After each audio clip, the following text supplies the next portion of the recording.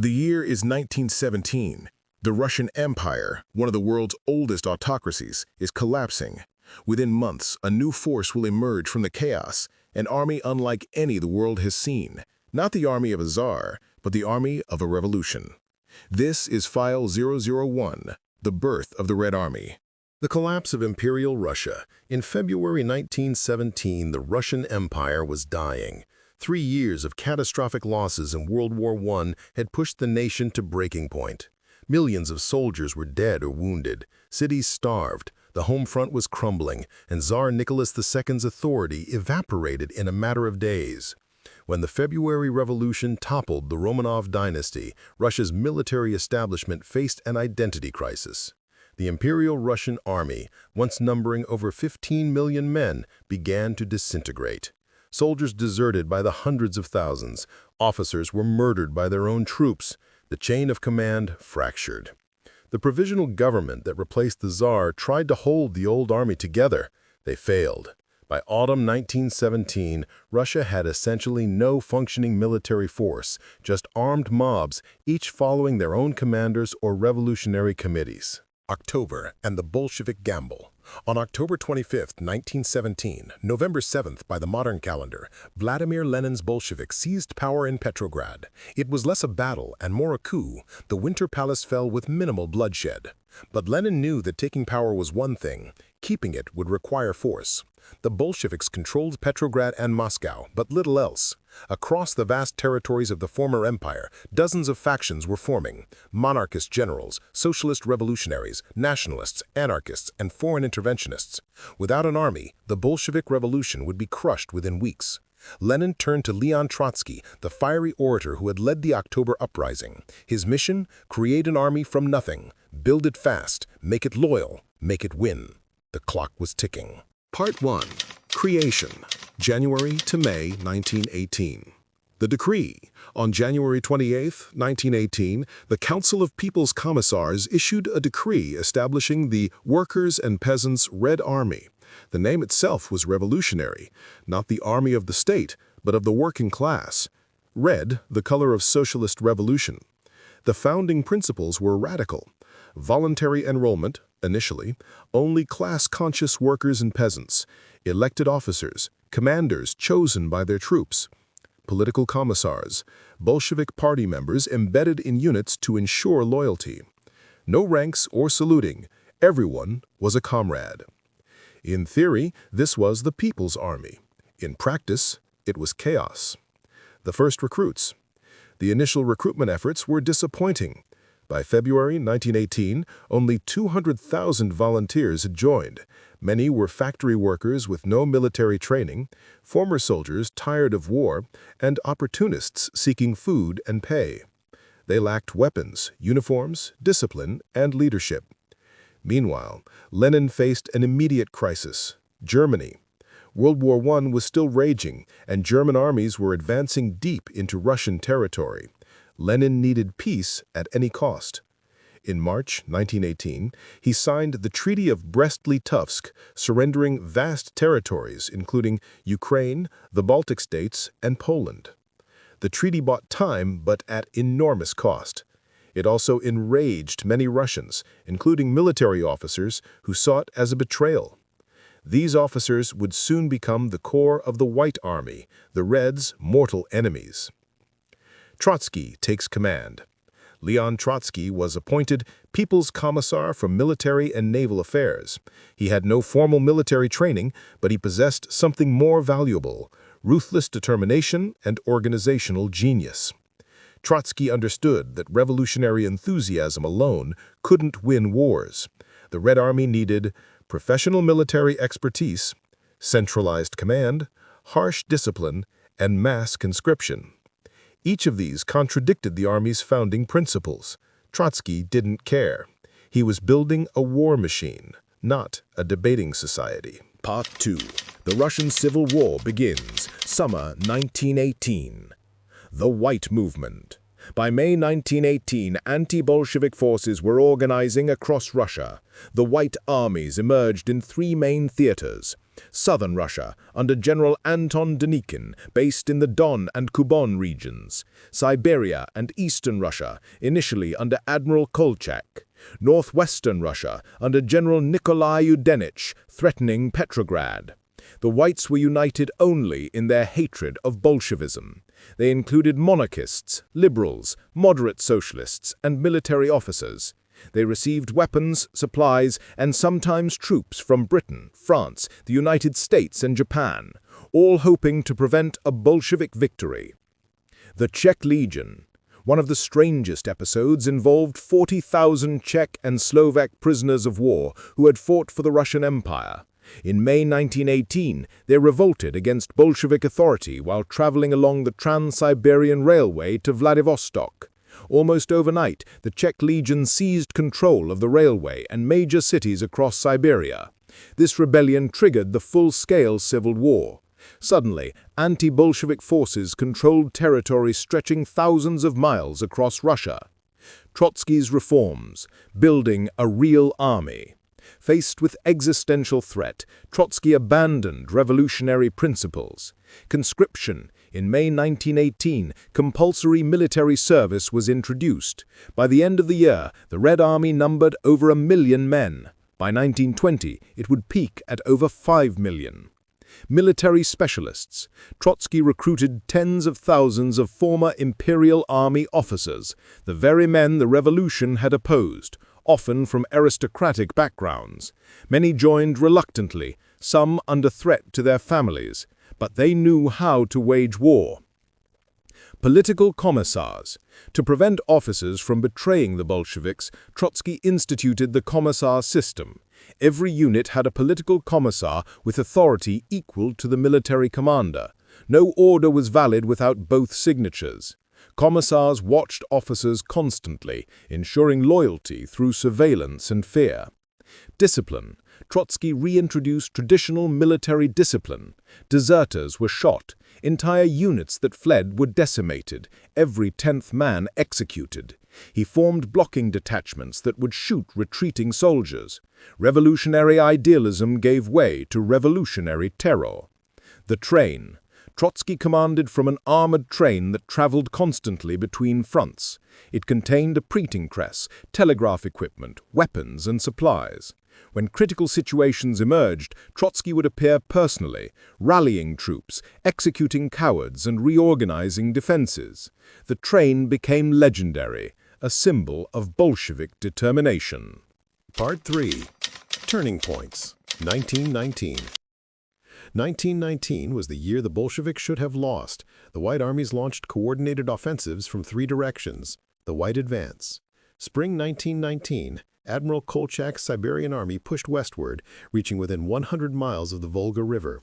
If he crossed, he could link up with White forces from the south and cut Soviet Russia in half. Summer 1919, Denikin's southern forces captured Ukraine and drove north. By October, White cavalry reached Orel, just 250 miles from Moscow. Panic spread through the Bolshevik leadership. Some prepared to evacuate. Autumn 1919, Yudenich attacked Petrograd from Estonia. His forces reached the city's outskirts. Revolutionary Petrograd, cradle of the October Revolution, seemed doomed. Why the Reds survived? The Whites never coordinated their offensives. Each army operated independently, pursuing separate goals. They failed to unite politically or militarily. More importantly, the Reds controlled Russia's industrial heartland, the central regions containing most factories, railways, and population centers. They held Moscow and Petrograd. This gave them superior logistics, production capacity, and manpower reserves. The Red Army, despite its problems, was also more unified in purpose. Trotsky had built a centralized command structure. The Bolsheviks used ideology as a binding force. However brutal their methods, soldiers believed they were fighting for a new world. The Whites offered only a return to the past. They alienated peasants by restoring landlord property rights. They failed to win over national minorities. Their rhetoric of Russia, one and indivisible, threatened Ukrainian, Polish, and other nationalist movements that might have been allies. The Red counteroffensives.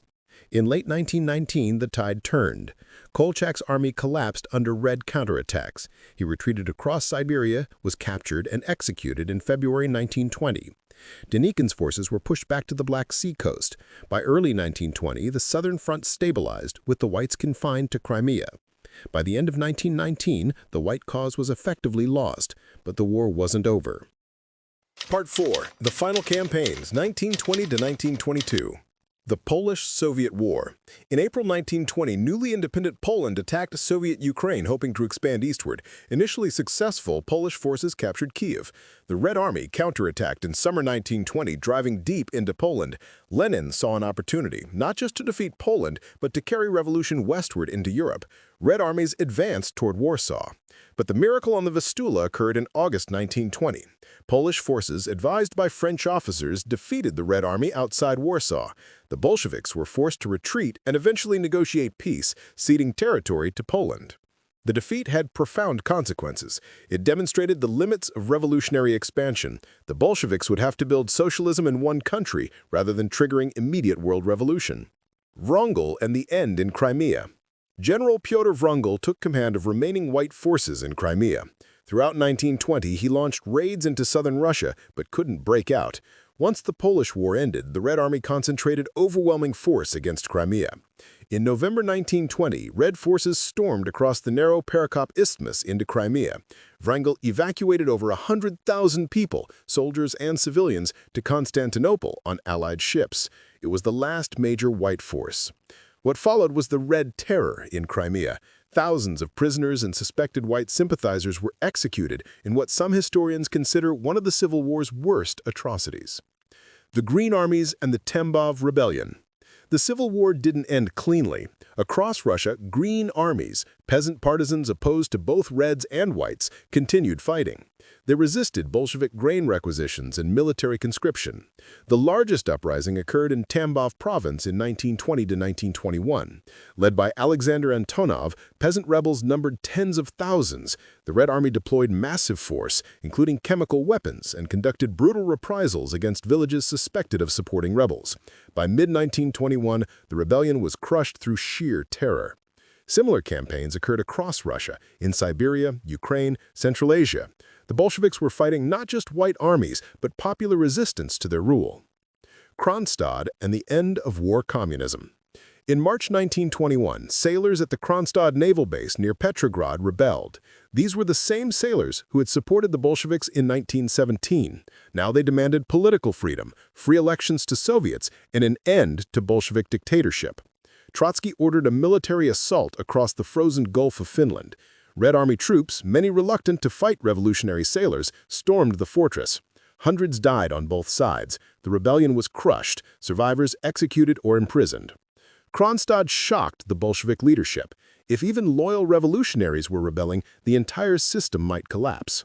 This helped prompt Lenin to introduce the new economic policy, NEP, partially relaxing economic controls. By late 1921, major fighting had ended. Small-scale insurgencies continued into 1922 and beyond, but the Red Army had won. The human cost. The Russian Civil War was one of history's most devastating conflicts. Military deaths, estimates range from 2 to 3 million combatants killed. Civilian deaths between 5 and 9 million from fighting, famine, disease, and terror. Total deaths, possibly 10 million or more, including the 1921-22 famine. Refugees, millions fled Russia, creating a diaspora across Europe and beyond. The war left Soviet Russia economically ruined. Industrial production in 1921 was roughly 20% of 1913 levels. Cities were depopulated. Infrastructure was destroyed. The foundation of Soviet power was corpses and ashes. The Red Army's evolution.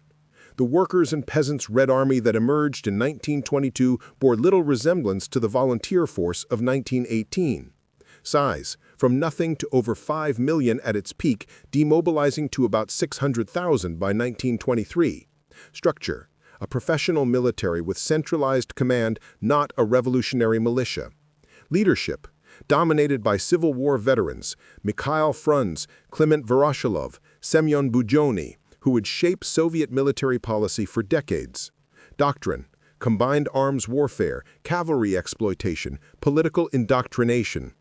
The Commissar system became permanent.